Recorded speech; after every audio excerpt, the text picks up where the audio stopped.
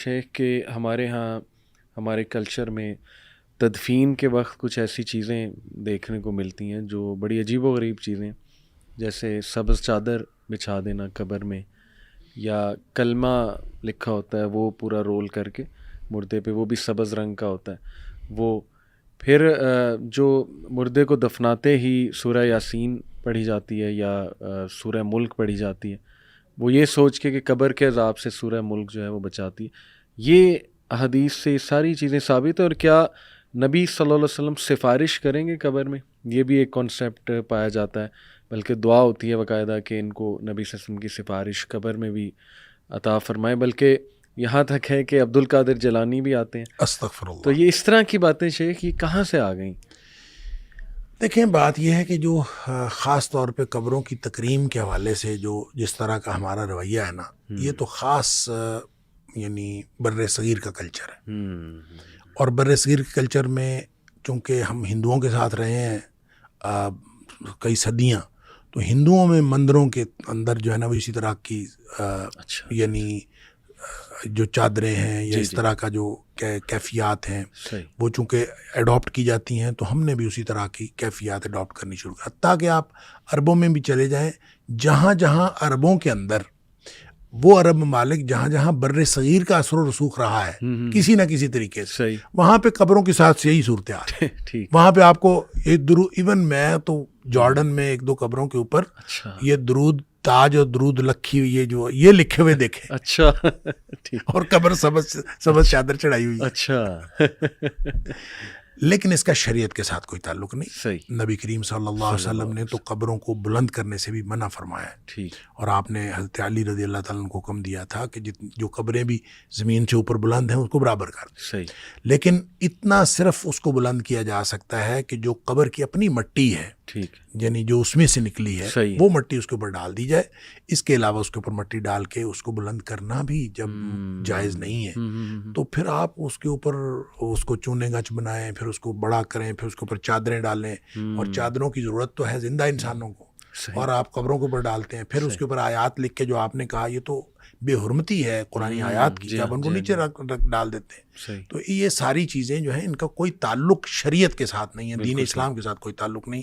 دیکھیں اب بڑی حال ہی میں ایک پنجاب کے اندر یہ پابندی لگی ہے کہ آئندہ جو قبروں کے اوپر یہ جو کسی بھی طرح کی چادر چڑھائی جائے گی تو اس کے اوپر آیات نہیں ہوں گی. یہ ابھی پابندی لگی ہے، محکمہ اوقاف نے اس کے اوپر پابندی لگا دی ہے، اور اس پہ سارے مکاتب فکر نے اتفاق کیا ہے. اور الحمدللہ جو میں یہ سمجھتا ہوں کہ سب مل کے سر جوڑ کے بیٹھیں تو حق کی طرف جا سکتے ہیں، اور آہستہ آہستہ چیزیں جو ہیں بہتر ہو سکتی ہیں. اور یہ اس کی دلیل ہے کہ یہ حال ہی میں پورے پنجاب کے اندر یہ پابندی لگ گئی. زبردست. تو سورہ ملک اس وقت پڑھنا وہ نہیں، سورہ ملک دیکھیں، سورہ ملک تو پڑھنی ہے، اگر خود زندگی میں پڑھی ہوگی تو وہ عذاب قبر سے بچائے گی، کسی کے پڑھنے سے نہیں عذاب قبر سے بچاتی. یہ تو کام ہی سوکھا ہے کہ آپ حافظ قرآن کو دے دیں، چند روپے دے دیں، اس کو تنخواہ دے دیں کہ چل بھی شاباش سورہ ملک پڑھے رکھا کرو تو آپ کا عذاب قبر سے نجات دے دے گی. یہ تو نہیں ہوتا. سورہ ملک روزانہ رات کو پڑھنے کے لیے نبی پاک صلی اللہ علیہ وسلم نے فرمایا کہ 30 آیات کی ایک صورت ہے اور جو عذاب قبر سے بچاتی ہے جو شخص رات کو پڑھتا ہے. لیکن آپ نے ساتھ یہ بھی فرمایا کہ کم لوگ ہوں گے اس کو پڑھنے والے، اس لیے کہ اس وقت نیند آئی ہوتی ہے، اور جس نے یاد بھی کی ہوئی ہے اس کو بھی یہ ہوتا ہے کہ چل یار خیر ہے. تو اس وقت اگر پڑھنا ہے تو اس کے لیے عذاب قبر سے نجات ہے کہ وہ موت، اصل میں نیند بھی جیسے میں نے پہلے عرض کیا وہ موت اور نیند کی آپس میں مشابہت ہے. تو نیند کے وقت موت کی سی تیاری کر کے سونا اور اپنے معاملات سارے کلیئر کر کے سونا، اصل بات یہ ہے. 3 دفعہ استغفار پڑھیں آپ، آیت الکرسی پڑھیں آپ، جو دعائیں نبی پاک صلی اللہ علیہ وسلم بتائیں وہ پڑھیں، سورہ ملک پڑھیں، پھر آپ سوئیں تاکہ ساری ہر طرح کی چیزیں جو ہیں آپ نے سمجھیں آپ اپنی طرف سے مر رہے ہیں. بالکل ٹھیک. اور مرتے وقت جس طرح کی یعنی معافی کی ضرورت ہے اللہ سے مانگنے کی، اس طرح کی معافی مانگ کے سوئیں. اور جو معافی مانگے بغیر یا عشاء کی نماز پڑھے بغیر جو سو جاتا ہے اس طرح سے، تو یہ تو میں سمجھتا ہوں دنیا کائنات کا سب سے بڑا رسک ہے کہ بغیر کسی یعنی گناہ کی معافی مانگے اور بغیر عشاء کی نماز پڑھے یا بغیر کسی تیاری کے آپ سو گئے، تو آپ نے تو سب سے بڑا زندگی کا سب سے بڑا رسک لے لیا. اللہ اکبر. شیخ آخری سوال کہ یہ حدیث میں آتا ہے کہ جب مردے کو دفنایا جاتا ہے تو وہ قدموں کی چاپ سنتا ہے جو دفنا کر واپس جا رہے ہوتے ہیں. تو اس سے تو یہ بھی اخذ کیا جا سکتا ہے کہ اس کا مطلب اسے موت کے بعد بھی سنائی دیتا ہے, اور وہ پھر ظاہر ہے یہ سنائی دے رہا ہے تو باقی چیزیں بھی پھر سنائی دیتی ہیں. تو اس کا مطلب کہ موت جسے آ چکی ہے فوت شدہ بندے سے مطلب کوئی بات کی جا سکتی ہے یہ سوچ کے کہ جی اسے سن رہا ہے. دیکھیں اللہ تعالیٰ نے قرآن میں فرمایا انک لا تسمع الموتیٰ. صحیح. نبی پاک صلی اللہ علیہ وسلم نے فرمایا کہ آپ مردوں کو سنا نہیں سکتے. ٹھیک. یہ ہے نص قطعی. اور نص قطعی جو ہوتی ہے اس کے بارے میں استثناء بھی کسی نص سے ثابت ہونا چاہیے. صحیح. نص قطعی کا مطلب ہے کہ مردے کو ہرگز نہیں سنایا جا سکتا. ٹھیک. بات ختم. ٹھیک. اب اس میں استثناء دو باتیں نبی پاک صلی اللہ علیہ وسلم نے فرمائی, وہ استثناء ہو گیا, صحیح ہو وہ نص میں آ گئی. ایک تو نبی کریم صلی اللہ علیہ وسلم نے جو بدر کے مقتولین تھے تقریباً 24 لوگ تھے صحیح کہ ان کو ایک کنویں میں ڈالا گیا, صحیح, اور ان کے ساتھ نبی کریم صلی اللہ علیہ وسلم نے کلام فرمایا. خود آپ نے ان سے خطاب فرمایا. حضرت عمر فاروق رضی اللہ عنہ نے کہا بھی اللہ کے رسول صلی اللہ علیہ وسلم یہ تو مردے ہیں, ان کے اندر تو جانیں ہیں, روحیں ہیں ہی نہیں, تو یہ تو مردے ہیں, جسم ہیں, تو آپ کس سے خطاب فرما رہے ہیں؟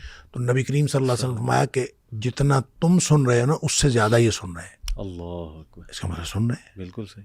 اسی طرح جو آپ نے حدیث بتائی کہ مردہ قدموں کی چاپ سنتا ہے, جو لوگ دفنا کے واپس جا رہے ہوتے ہیں تدفین کر کے, صحیح, ان کے قدموں کی چاپ سنتا ہے, تو سنتا ہے. صحیح. یہ دو باتیں ہو گئی, یہ دو استثناء ہو گئے. صحیح. رہی بات یہ کیسے سنتا ہے, یہ ہم اس پر بحث کر نہیں سکتے, لیکن سائنس نے مسئلہ حل کر دیا. میڈیکل سائنس کہتی ہے کہ جب انسان مرتا ہے تو فوری طور پر اس کا دماغ ڈیڈ نہیں ہوتا, اس کے سارے اعضاء کام کرنا فوری طور پر بند نہیں کرتے, بلکہ اس کو کچھ ٹائم لگتا ہے, 36 گھنٹے لگتے ہیں, 48 یا 72 جتنے بھی گھنٹے لگتے ہیں, کچھ ٹائم لگتا ہے, پھر جا کے اس کے سارے اعضاء ڈیڈ ہوتے ہیں, وغیرہ شروع میں ڈیڈ نہیں ہوتے. تو اس کا مطلب ہے جو نبی پاک صلی اللہ علیہ وسلم نے فرمایا وہ بھی دونوں واقعات جو ہیں وہ ایسی ہی کیفیت کے ہیں, مرنے کے فوراً بعد کے ہیں. صحیح. تو اس کا مطلب ہے یہ بات ٹھیک ہو گئی, سائنس سے ثابت ہوگی. اسی طرح نبی پاک صلی اللہ علیہ وسلم نے فرمایا کہ مردے کو جب آپ نے نہلانا ہے تو اس کو زیادہ سخت ہاتھ نہ لگائیں. اچھا. ہاں, یہ اس کو سخت ہاتھ نہ لگائیں, اس کو تکلیف ہوتی. اور فرمایا کہ جتنی تکلیف مردے کو ہوتی ہے زندہ سے زیادہ تکلیف ہوتی. تو اس کا بھی مطلب وہی ہے کہ اس کے سینسز کام کر رہے ہوتے ہیں کچھ عرصہ تک, اور جب آپ نہلا رہے ہیں وہ ابھی کچھ عرصے میں ہے. وہ کتنا عرصہ ہے یہ میڈیکل سائنس نے بتایا ہمیں کہ وہ تو کافی گھنٹوں تک جو ہے وہ دماغ بھی ایکٹیو رہتا ہے اور اس کے اعضاء کام کرتے ہیں, سینسیشن رہتی. تو اس لیے یہ جو دو استثناء ہیں یہ ایک تو نص سے ثابت ہیں, اور دوسرا نص سے ثابت ہونے کے بعد ہم کوئی اس کے اوپر بحث نہیں کریں گے کہ یہ کیوں ہے. یہ الگ بات ہے کہ ہمیں سمجھ آ جائے, اور میڈیکل سائنس نے ہمیں سمجھا دیا کہ وہ مرنے کے فوراً بعد کی بات ہوتی ہے, اس وقت یہ سنائی دیتے ہیں, اور وہ بس اس وقت تک کے لیے. اس کا یہ مطلب نہیں کہ وہ آگے بھی سن رہے ہیں, وہ تو اس کے لیے انک لا تسمع الموتیٰ, آپ مردوں کو نہیں سنا سکتے. یہ استثناء ہے, اور اس استثناء کی وجہ بھی میڈیکل سائنس نے بتا دی, بات ختم ہو گئی. یعنی اللہ جو چاہے وہ سنا دیتا ہے. ایسے نبی صلی اللہ علیہ وسلم کو درود پیش کیا جاتا ہے ہمارا, وہ اللہ سنا رہا ہے. لیکن وہ تو معاملہ جو ہے نا, دیکھیں وہ تو سنا رہا ہے, کوئی اس طرح نہیں ہے جیسے میں آپ کو سنا رہا ہوں. جی جی, ایسے نہیں ہے وہ. صحیح صحیح. فرشتے لے کے جاتے ہیں, فرشتوں کی ڈیوٹیاں لگی ہوئی ہیں. بالکل صحیح. فرشتے, ہم درود جہاں بھی درود بھیجا جاتا ہے وہ نبی کریم صلی اللہ علیہ وسلم پر پیش کیا جاتا ہے, فرشتوں کی ڈیوٹیاں لگی ہوئی ہیں. یہ تو ابھی جو لوگ کہتے ہیں نا جا کے میرا سلام دینا, تو میں تو ان سے کہتا ہوتا ہوں کہ اللہ تعالیٰ نے فرشتوں کی ڈیوٹیاں لگائی ہیں جی درود اور سلام بھجوانے کی نبی پاک صلی اللہ علیہ وسلم, ان پر آپ کو اعتبار نہیں ہے. یہ گنہگار انسانوں کو آپ کہتے ہیں ہمارا سلام دینا. اللہ, یعنی اس سے بہتر نہیں ہے کہ آپ درود بھی پڑھیں, آپ نبی کریم صلی اللہ علیہ وسلم کو سلام بھی پیش کریں, اور وہ سلام اور درود آپ کا بھیجا جائے اور وہاں پہنچایا جائے. اور اللہ تعالیٰ نے فرمایا کہ ڈیوٹیاں لگی ہوئی ہیں اور فرشتے پہنچاتے ہیں. آپ جہاں بھی درود پڑھیں, جہاں بھی سلام, وہاں جا کے سلام پیش کریں, وہاں آپ جا کے درود شریف پڑھیں, تو وہ بھی پہنچتا ہے نبی پاک صلی اللہ علیہ وسلم. اور یہ کہاں سے ثابت ہوا؟ یہ بھی نص سے ثابت ہے. جی جی جی, یہ بھی خود نبی کریم صلی اللہ علیہ وسلم نے بتایا کہ میرے اوپر جہاں سے بھی درود پڑھا جاتا ہے میرے اوپر پیش کیا جاتا ہے. بات ختم ہو گئی. اصل میں نا ہم پڑھ جاتے ہیں اس کی یعنی مطابقت کے ساتھ ہم نئے مسائل اس میں سے انفر کرنا شروع کر دیتے ہیں. ہاں ایسے تو ہی. یہ جو انفرنس ہے نا جی ہاں. یہ تو آپ کی انفرنس اور ہوگی, میری انفرنس اور ہوگی, پھر ہر ایک کا اپنا تو نص نے جو کچھ بتا دیا, جو بات نبی پاک صلی اللہ علیہ وسلم نے بتایا, بس اتنی. اس کے بعد ہم آگے حد آ جاتی ہے, ہم اس کے بعد اپنی طرف سے کوئی چیز ایڈ آن نہیں کر سکتے. اور قبرستان جا کے جو مردوں کو سلام کیا جاتا ہے, السلام علیکم یا ونس اگین وہ بھی ایسے ہی ہے, وہ بھی ان کو پیش کیا ان جاتا کو فرشتے پہنچاتے ہیں, ان کو فرشتے پہنچاتے. اگر نہ ہوتا تو ہم کیسے کہتے صحیح. جب ہم السلام علیکم کہتے ہیں. یہ ایک ہوتا ہے ڈائریکٹ سننا. صحیح. اب اندازہ کریں کہ ہماری کیسی لاجک اور کیسی عقل ہے. جی جی. وہ اللہ جس نے اعلان کیا ہے کہ اجیب دعوت الداعی اذا دعان, کہ میں ہر وقت ہر جگہ پکارنے والے کی پکار کو سنتا نہیں, قبول کرتا ہوں. اللہ. جس نے یہ اعلان کیا ہے اس کے بارے میں ہمیں شک ہے کہ ڈائریکٹ نہیں سنتا. سبحان. اور جو منو مٹی کے نیچے پڑا ہے, جس کے بارے میں قرآن کہتا ہے انک لا تسمع الموتیٰ, کہ آپ مردوں کو نہیں سنا سکتے, اس کے بارے میں ہمیں یہ یقین ہے کہ یہ ڈائریکٹ سنتا ہے. سبحان اللہ. اصل میں یہ عقیدے کی بات ہے. بالکل صحیح. اور عقیدہ ڈائریکٹ سننا بغیر کسی درمیان میں کنیکشن کے, یہ اللہ کا کام ہے. صحیح. یہ اللہ کی شان ہے. سبحان اللہ. اور مخلوق یہ نہیں کر سکتی, یہ مخلوق کی شان نہیں ہے. بالکل. خالق کی شان ہے کہ وہ بغیر کسی واسطے وسیلے رابطے کنیکشن کے بغیر جب بھی آپ کسی کو تو وہ سنتا ہے. اللہ. لیکن یہ انک لا تسمع الموتیٰ, ان کے بارے میں جب قرآن نے کہہ دیا تو بات ختم. باقی اس کے علاوہ جو چیز شریعت نے استثناء دے دی, نبی پاک صلی اللہ علیہ وسلم نے آپ کی نص سے ثابت ہو گیا, حدیث سے ثابت ہو گیا, دیٹس فائن. صحیح حدیث سے ثابت ہو گیا, ہم تسلیم کر لیں گے. صحیح حدیث نہیں ہے جی, پھر اس کے بعد نہیں, ہم تسلیم نہیں کریں. ہم اپنی طرف سے بنا کے کوئی چیز نہیں بنا سکتے. یہ دین ہے, اور دین کے بارے میں اتھارٹی اللہ کریم نے نبی کریم صلی اللہ علیہ وسلم کو دی. سبحان اللہ. اور نبی کریم صلی اللہ علیہ وسلم کے جو آپ نے دین دے دیا تو اس کے بعد آپ نے ساتھ یہ بھی فرما دیا, من عمل عملا, جس نے کوئی ایک بھی عمل ایسا کیا, لیس علیہ امرنا, جس کے اوپر ہماری مہر نہیں ہے, صحیح, فہو رد, وہ ریجیکٹڈ ہے. اللہ. بات ختم ہو گئی. بے شک. تو ہم کوئی بھی عمل کریں کیوں کریں. بے شک. اللہ تعالیٰ رحمت فرمائے.